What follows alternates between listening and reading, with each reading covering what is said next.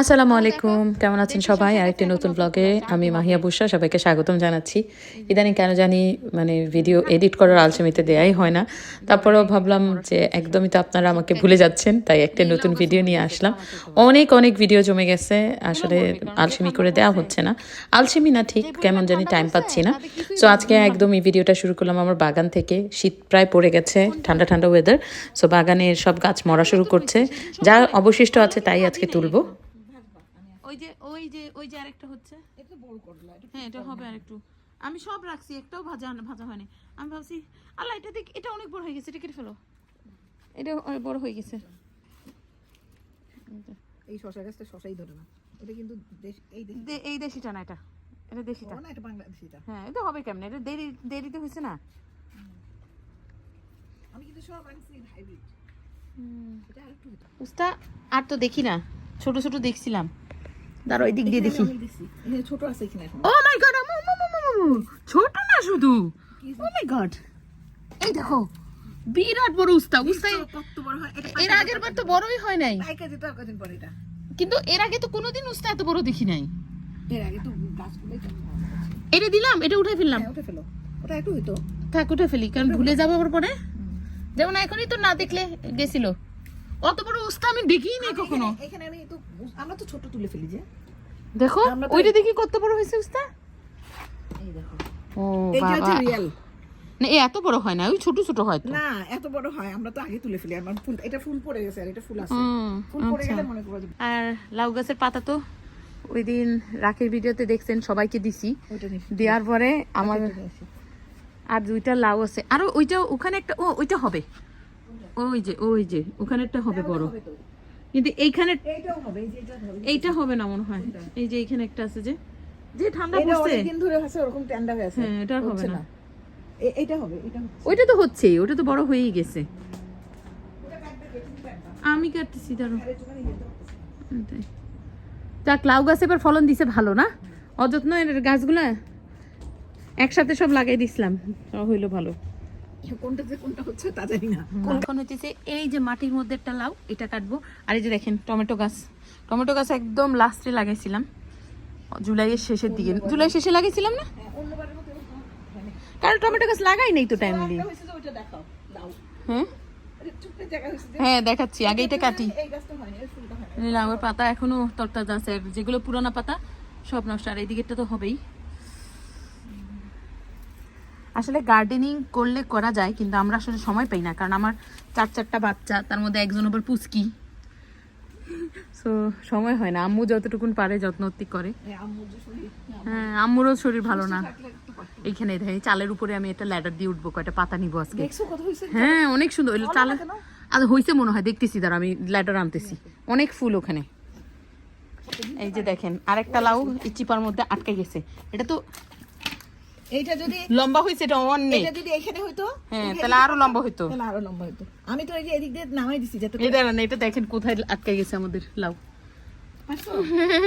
দেখা যায় না, দাঁড়াও বালতিটার জন্য। উঠাই উঠাই হ্যাঁ এই যে দেখো লাউ কত বড় হয়েছে। থাক, খুলে কেটে ফেলো, হয়ে গেছে। কাটবো, উঠাই আগে। এই দেখো, ও আরেকটা হয়েছিল তো বড়, ওটা ফ্রিজে আছে।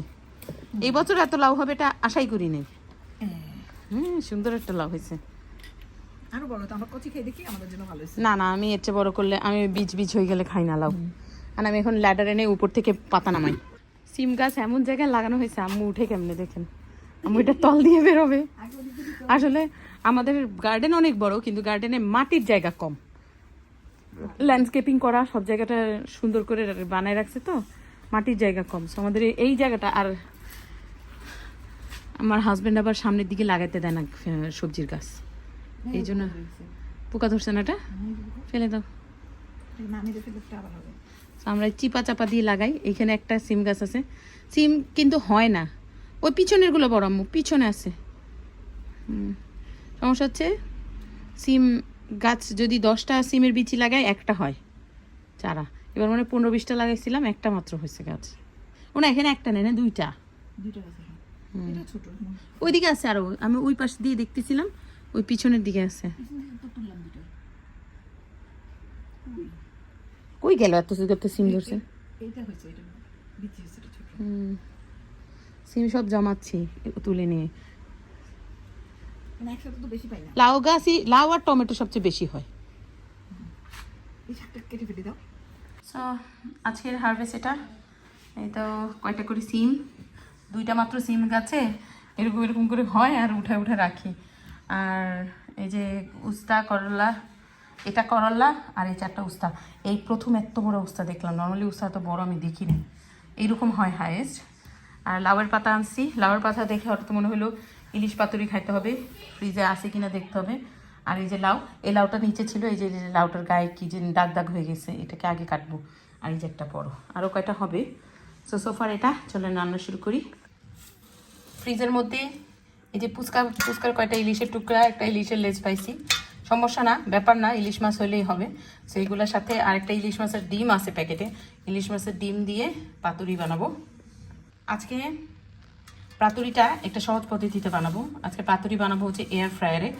যারা ধরেন এই পানিতে ভাপ দেওয়া এইসব ভেজাল ভেজাল করতে চান না, তাদের জন্য এই পদ্ধতি। এখন তো সবার ঘরে ঘরে এয়ার ফ্রায়ার আছে, সেই এয়ার ফ্রায়ারে চলেন দেখাবো আজকে কীভাবে বানাই। এই বছর আমরা 3টা দেশের 9টা শহর ঘুরেছি, সো অনেক অনেক ভিডিও জমে আছে, কিন্তু এডিট করার আলসেমিতে দেওয়া হচ্ছে না। তা আমি চিন্তা করলাম যে এখন থেকে চেষ্টা করব রেগুলার ব্লগ দিতে, আর প্লাস মাঝে মাঝে আমাদের এই সামারের ট্রাভেল ব্লগেরও 1-2টা করে দিতে থাকবো, যেদিন যেটা সময় পাবো আর কি। জানি না কতটা সময় পাবো, কারণ টিলির মাশাল্লাহ 1 বছর হয়েছে, সো সে বেশ এখন তুরতুরি হয়ে গেছে। সো ওকে নিয়ে এই সময়টা কেটে যায়, ওকে একটুও সময় একা রাখা যায় না, কোনটা কি করে না করে ঠিক থাকে না। সো এই জন্য কেমন জানি সময় পাই না। আজকে আমি যে মানে ইলিশ পাতুরিটা বানাবো, সেটার মধ্যে এই যে কাঁচামরিচ, 2 ধরনের মিক্স সরিষা, একটু আদার টুকরা, আর আমার বাসায় কাঁচা হলুদ ছিল, সো ভাবলাম কাঁচা হলুদটা দিই। সো দিয়ে একটা পেস্ট বানাবো লবণ দিয়ে। আর কাঁচামরিচগুলো কি বলবো, এখানে প্রায় মনে হয় 20টা কাঁচামরিচ দিলাম, 1 ফোঁটা যদি ঝাল হয় কাঁচামরিচগুলো। আর সবাই বলে না যে বর্ষাকালে মরিচ ঝাল হয় না, সো সেটার একদম প্রমাণ পেয়ে গেছি। সো আমি এখন মাছের সাথে ডিমটার কোয়ালিটি খুবই খারাপ ছিল, একবার চিন্তা করছিলাম যে দিব না, কেমন যেন একটা স্মেল, তারপর ভাবলাম যে বের করেছি দিয়ে দিই। আসলে এটা ভুল হয়েছে, কারণ ডিমটার জন্য পুরা জিনিসটার টেস্টটা একটু অন্যরকম হয়ে গেছে। ভালো কোয়ালিটি ডিম না হলে আসলে না দেওয়াটাই ভালো, কারণ মাছটা আমার খুবই ভালো কোয়ালিটি ছিল, কিন্তু ডিমটার জন্য স্মেলটা এত বাজে, পরে খুব আফসোস লেগেছে। সো যেভাবে ইলিশ পাতুরি বানাই ঠিক সেভাবেই বানাচ্ছি, নো রকেট সায়েন্স, কোনোটাই ডিফারেন্স না, শুধু একটাই ডিফারেন্স যে আমি এটা এয়ার ফ্রায়ারে করব। আর এয়ার ফ্রায়ার করতে গেলে কি কি সুবিধা অসুবিধা হয় সেটাও আমি আপনাদের সাথে শেয়ার করব। বাইরে বসবো, নিয়ে আসলে কি আছে? হ্যাঁ, জায়গা আছে বসে। কি করি, কুকিং করি বাবা। এটা আমি দেখছিলাম অলরেডি। এখন দেখি কি আমি কিচেনে আসলেই তাই সুমনি একবার হলো আসবে আর মিষ্টি মিষ্টি করে কথা বলে যাবে, কিন্তু ক্যামেরার সামনে সে আর এসে কথা বলে না। আগে খুব ইয়ে ছিল, ক্যামেরা সাই ছিল না, ক্যামেরার সামনে এসে অনেক কথা বলতো। আমার ফেসবুকে একটা পেজ আছে তাইশা তারুষ নামে, সো ওখানে গেলে আপনারা দেখতে পারবেন যে তাইশা কত মিষ্টি মিষ্টি করে আগে ক্যামেরার সামনে কথা বলতো। ইদানিং আসলে একটু বড় হয়েছে, তো ওর হচ্ছে সেপ্টেম্বরের 2 তারিখে 5 বছর হলো। তো ও অনেক বেশি শাই হয়ে গেছে, বড় হতে হতে আসলে এরকমই হয় বাচ্চারা। আর সো এই জন্য আরও এখন কথা বলে না, ক্যামেরার পিছনে থেকে মাঝে মাঝে টুকটুক টুকটুক করে কথা বলে। তো সেই কথাটুকু আপনাদেরকে শোনালাম। আর আমি আজকে মাছের চেয়ে বেশি পাতা দিচ্ছি, কারণ পাতাগুলো পরে ভর্তা করে খেতে খুব মজা। এই মাছের সাথে পাতা স্টিম হলে সেই পাতাটা যদি একটু মরিচ দিয়ে চটকিয়ে ভর্তা করা যায়, খুবই টেস্টি হয়। সো এই জন্য পাতা একদম বেশি করে দিলাম। এইসব রান্না তো আসলে খুবই ঐতিহ্যবাহী রান্না, এগুলোর তো রেসিপি শেয়ার করার কিছু নাই, সবাই জানে। আমার মনে হয় না কোনো বাঙালি আছে যে এই সরিষা ইলিশটা ভাপা করতে না জানে। সো এটা হচ্ছে জাস্ট একটু আপনাদের সাথে গল্প করা, উসিলায় দেখানো, আর কোনো কিছু না। সো পাতা যে এত বেশি দিয়েছি যে আমি আর মোড়াতে পারছিলাম না, আর উপরে ফয়েল দিয়েছি। ফয়েলটা না দিলেও হতো আমার কাছে মনে হয়, ফয়েল না দিয়ে বেস্ট হতো যে পার্চমেন্ট পেপার আছে, যেটা আমরা বেকিং পেপার বলি, ওইটা। আমাদের রেস্টুরেন্টে কিন্তু এরকম করে মাছের পাতুরির স্টাইলে মাছ ভাপা করা হয়, যেমন মাছ সরিষা বাটা দিয়ে। তো ওইটাতে আমরা ওই বেকিং পেপার বা পার্চমেন্ট পেপার যেটা, সেটা ইউজ করি। বাসায় ওই পেপারটা ছিল না, তাই ভাবলাম ফয়েল দিয়ে করি। তো ওই পেপারটা হলে বেশি ভালো হয়, ভিতরের স্টিমটা থাকে, আর ফয়েল দিলে ভিতরে স্টিম ঢুকতে টাইম লাগে। আর এত বেশি পাতা আমি দিয়েছিলাম এই দিন, আমি জানি যেটা হতে অনেক সময় লাগবে। সো প্রায় আমার 1.5 ঘন্টার মতন লেগেছিল এয়ার ফ্রায়ারে করতে। কিন্তু চুলায় আমার কাছে পরে মনে হলো যদি তাওয়ায় যেভাবে মরিচ খোলা করে ওভাবে করতাম তাহলে হয়তো বা সময় একটু কম লাগতো। বাট তাওয়ায় করলে একটু খেয়াল রাখতে হয় বেশি, তাই এভাবেই করে নিলাম। আর আমরাই তো খাবো, এটা তো আর বাইরের কেউ খাবে না, একবার না হলে আরেকবার করবো এইভাবে। নর্মালি আমি ওভেনে অনেকবার এইভাবে পাতুরি করেছি, কিন্তু এয়ার ফ্রায়ারে প্রথম। সো একটু খুলে দিয়েছিলাম, এই জন্য উপরের পাতাটা মচমচে হয়ে গেছে, আর ভিতরে তো হয়েছেই। এই যে দেখতে পাচ্ছেন যে কি পরিমাণ স্টিম বের হচ্ছে। সো একদম পারফেক্টলি কুক হয়েছে। আর এখন এটা থেকে মাছ নিয়ে গরম গরম ভাত খাবো। আমার আর তর্স হয়েছে না, বাচ্চাদেরকে পরে খাওয়াবো, আগে নিজে ঝটপট করে ভাত খেয়ে নিই।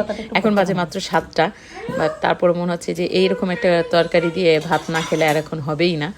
তো আজকে এইটুকুনি রান্না করেছি। এইসব রান্না করতেই অনেক সময় লেগে যায়, কারণ আমার বাসায় যেহেতু বাচ্চারা আছে, একবার এখানে দৌড়া একবার ওখানে দৌড়াও, কাজে লাগে। রান্নাতে আমি চেষ্টা করি যে একটু কম সময় দেওয়ার জন্য। রান্না আসলে অত বিলাসী কিছু করি না, আর এই টাইপের রান্না করলে আবার ওদের জন্য একটু আলাদা করে করতে হয়, কারণ ওরা তো আর ঝাল খেতে পারে না। তো যাই হোক, এই আজকে একটা অনেকদিন পর ভ্লগ দিলাম, আর চেষ্টা করব আসলে নিয়মিত দেওয়ার। যদি না দিতে পারি আপনারা একটু আমাকে হাই হ্যালো করেন, নাহলে তো মনে হয় আমাকে কেউ মনেই রাখে না। সো যাই হোক, আজকে এ পর্যন্তই। ইনশাল্লাহ আবার নতুন একটা ভ্লগ নিয়ে দেখা হবে। টিল দেন সবাই ভালো থাকবেন। আল্লাহ হাফেজ।